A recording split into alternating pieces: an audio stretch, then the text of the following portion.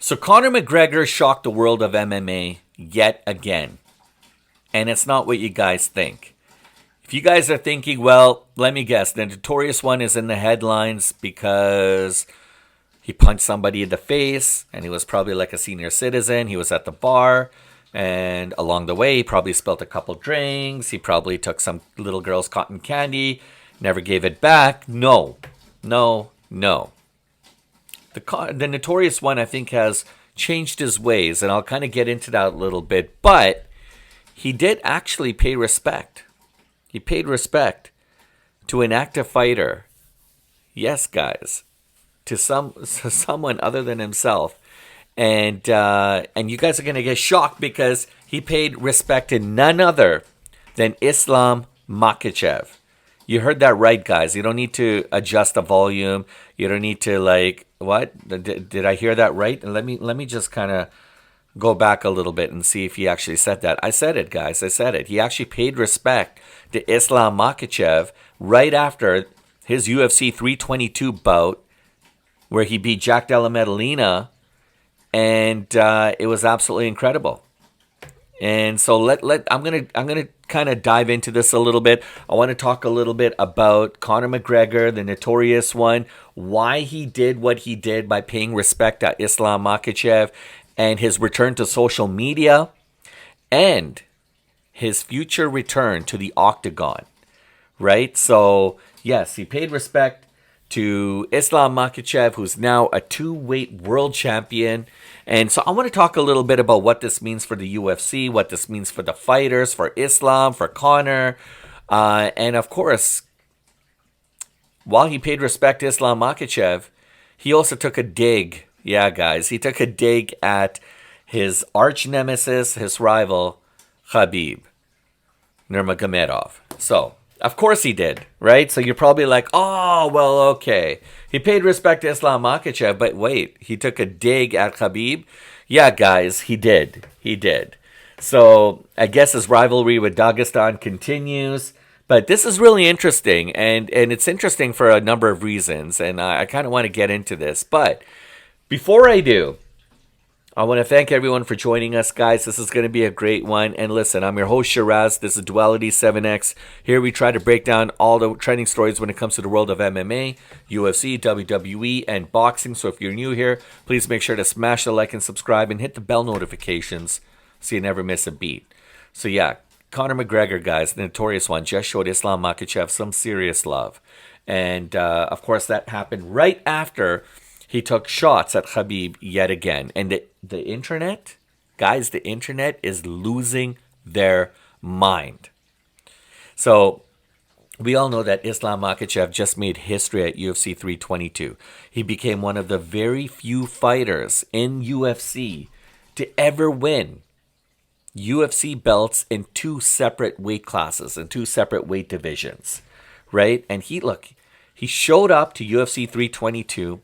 He came in, he was cool like a cucumber, and he knew he was about to have his biggest test yet, because there was a lot of momentum riding high on Jack Della Maddalena.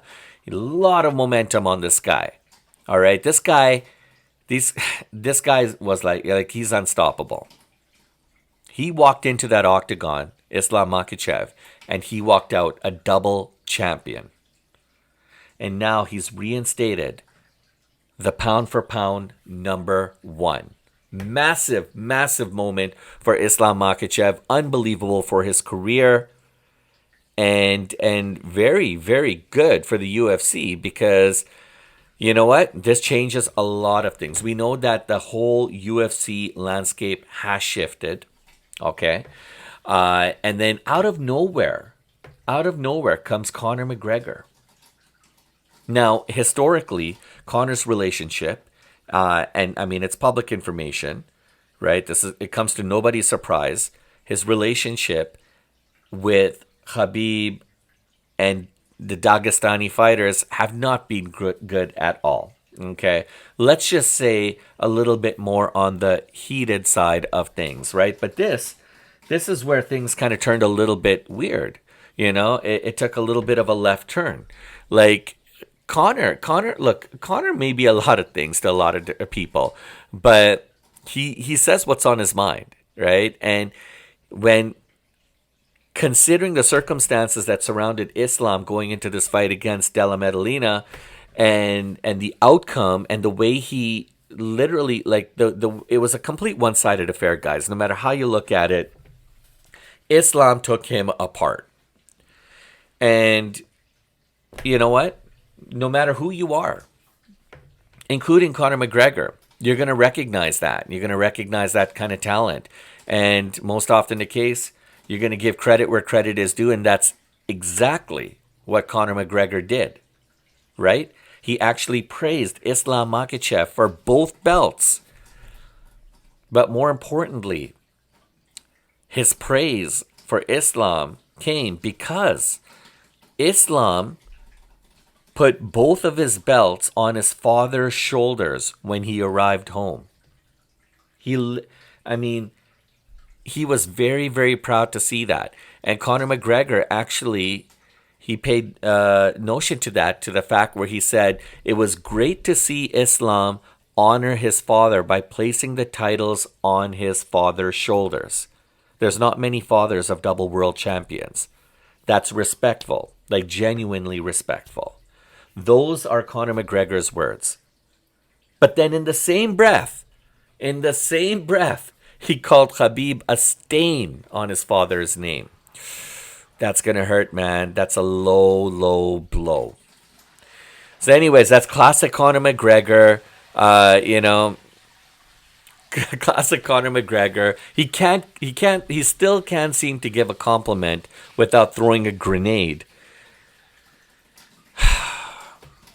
That's just what it is, guys. I mean, look, here's the thing, right? I mean, this honestly isn't about Islam. It's more about Khabib, okay? And Khabib left, like, he retired while he was on top. But the thing with Khabib is he's still very, very active in the UFC. He's training, he's mentoring a lot of the new up and coming Dagestani fighters. He's building something incredible. He's really, shape shifting the way the UFC looks today by introducing all these new fighters, their talents, their skill sets, the advice, the mentoring that he's giving behind the scenes. It's all paying off, guys, and it's paying off in dividends because these guys are racking up not just wins, but they're racking up titles. And Conor seems to be playing both sides, right? He's giving Islam props because it's obviously a huge moment. You can't deny that. But he's at the same time, he's also reigniting that feud that he had between himself and Khabib. And he knows it's generating a lot of marketing buzz. He knows it's generating hype. But more importantly, he knows it's generating clicks. People are tuning into the hype. How do I know this? Because I'm doing a video on this. I'm disseminating the information that I heard earlier with you on YouTube. Right? So honestly, I think this is Conor warming up his fan base like no one else can do but Conor for his potential comeback. And let's talk about this potential comeback, right? Because look, right now, Conor McGregor has made it known to everybody that he's back, he's training. He's no longer interested in wanting to become the president of Ireland. I think that ship has sailed now for him. He's had some self-reflection, had a chance to talk to his family about it. And, he had a lot of powerful, powerful people backing him up, but he decided he doesn't want to go that route. Instead, he wants to go back to what he loves doing, which is spending time in the octagon. So he's made it publicly known. He's training. He's getting active again. And he wants to get in shape and time for the UFC White House card. That's going to happen next year in June. So this is incredible, guys. I mean, this is like this is for real. Like he's getting ready, guys. But now Conor McGregor is also reclaiming his throne. And I'm not just talking about his throne in the octagon. I'm talking about his throne on social media. And this is where he's going to start to spin his perspective, his hype. You know, he's going to say things. It's going to generate headlines. He's going to call people out. He's going to piss people off. And he's gonna do things like praising people at the same time while taking pot shots at others, all on social media. This is what he does, and this is what he does so well. All right? Look, Conor McGregor also had a life-altering moment. Apparently, he went through some trauma treatment recently, and while doing so, he actually envisioned his own demise. Yeah, guys, seriously. I'm not going to get into the full details right now. Maybe that could be for another video, but you guys can Google it. He actually had an experience. I don't know if it was an out-of-body experience or what, but he was very scared. He was very shaken up, and he was dropping a lot of emotional comments and dramatic posts. All kinds of things he was saying. You kind of saw like a little bit more of a softer, lighter side of Conor McGregor as of late. And if you have, that's the reason why. So, but again, all of this is also helping him build his storyline. And you know what? It's working. So what happened to Conor McGregor is definitely life-changing. Only Conor McGregor himself knows exactly what he went through, how it affected him. But what's amazing about all this is that he's using all of this as leverage for his potential return. Right? And now just think about it. Islam is a 2-division champion. He's got that status now. He knows himself that he's a reason for all this shifting landscape that's happening within the UFC. And, like it or not, Khabib's a part of it. Khabib's legacy has cemented. All right? But now, what's very unique about all this is that Islam is actually building his own legacy outside of the umbrella of Khabib Nurmagomedov and the Dagestani crew. I mean, Islam is his own person, as each fighter is his own person. But Islam, he respects Khabib. He loves what Khabib has done. But you could tell Islam is trying to forge his own path, his own legacy. And he is. He's doing that like that. He is. I mean, everything that he's doing right now is building Islam Makhachev. Right? So, you know, props to Conor for calling that out, for calling the obvious, and, you know, adding it essentially just adds to Islam's legitimacy in the eyes of us casual fans. Right? And it's amazing promo material for McGregor's return, right? Like, I mean, look, Conor McGregor is still suspended. He's suspended. He can't fight in the octagon until March of 2026, which ironically is 2 months prior, 2 months before. So by the time his ban is lifted, in 2 months from that time will be the UFC White House card. But what's really interesting is Conor's already training. Just because he's banned from fighting doesn't mean he's banned from training. He's training. He's trying to get himself in shape. He's trying to get that mindset in order. He's trying to think and act and feel like a UFC warrior like he once was. And all of this because I think he's on a potential showdown for Michael Chandler. That is the fight that a lot of people wanted to see, but it just never came to fruition. Maybe now it will. Or maybe it will be somebody else. All right? But no matter what, that fight, if it's at the UFC White House, it's going to happen in June 14th. So this little message from Conor, yeah, it was kind of random. But, you know, was it really, like, I mean, I wouldn't say it's all about sending a message to Michael Chandler, because I think what he's trying to do is also send a message to Islam as well too. He's praising him, but at the same time, he's making it known to Islam that he's around. That I see you. I see what you're doing. Yeah.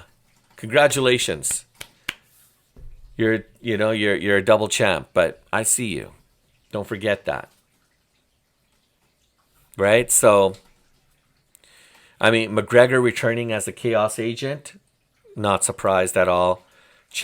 Him potentially fighting Chandler, yeah, I could see that happening, but I'm wondering if there's a bigger fight than that might be happening.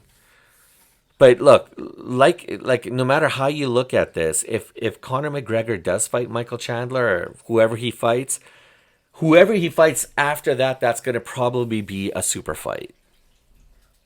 Right? And that could change everything. Right? And a super fight between Conor McGregor, potentially Islam Makhachev. Can you imagine, guys? Can you imagine what that would do to the internet? What that would do to the world of combat sports, UFC? I know it seems crazy, but nothing is crazy anymore, guys. Especially when it comes to the world of MMA. Right?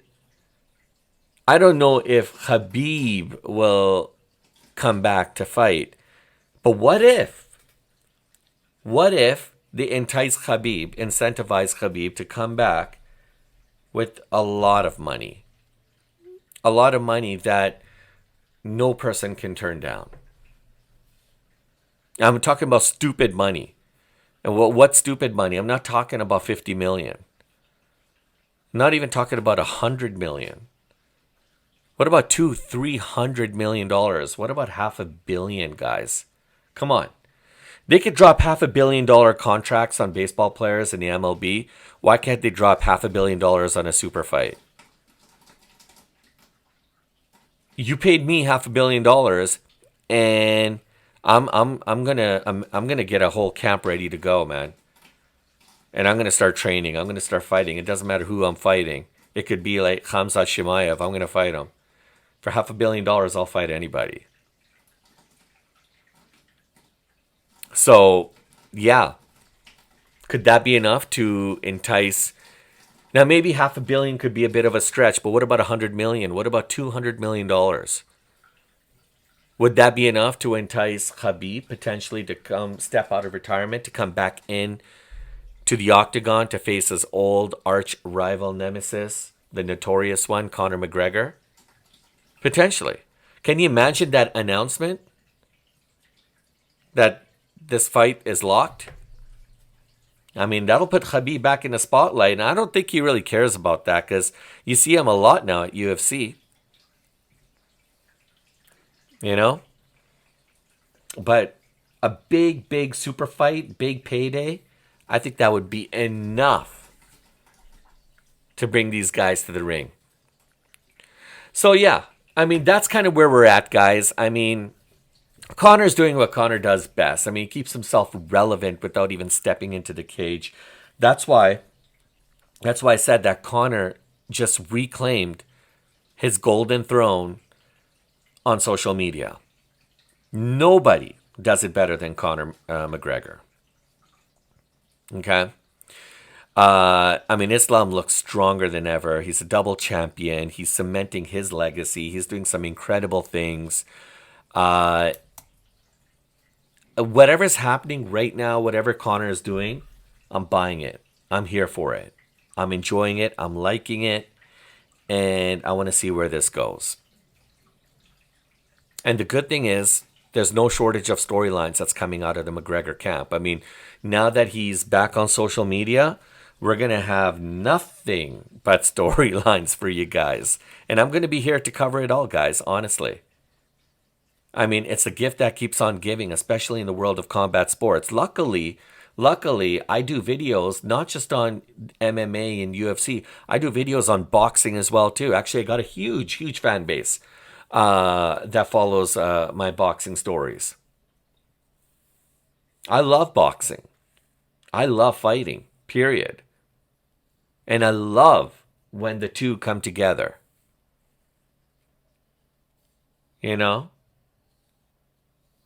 So, my question is, what do you guys think? Was Conor McGregor being genuine with his praise for Islam, or was this just another strategic move to poke Khabib and hype up his potential return?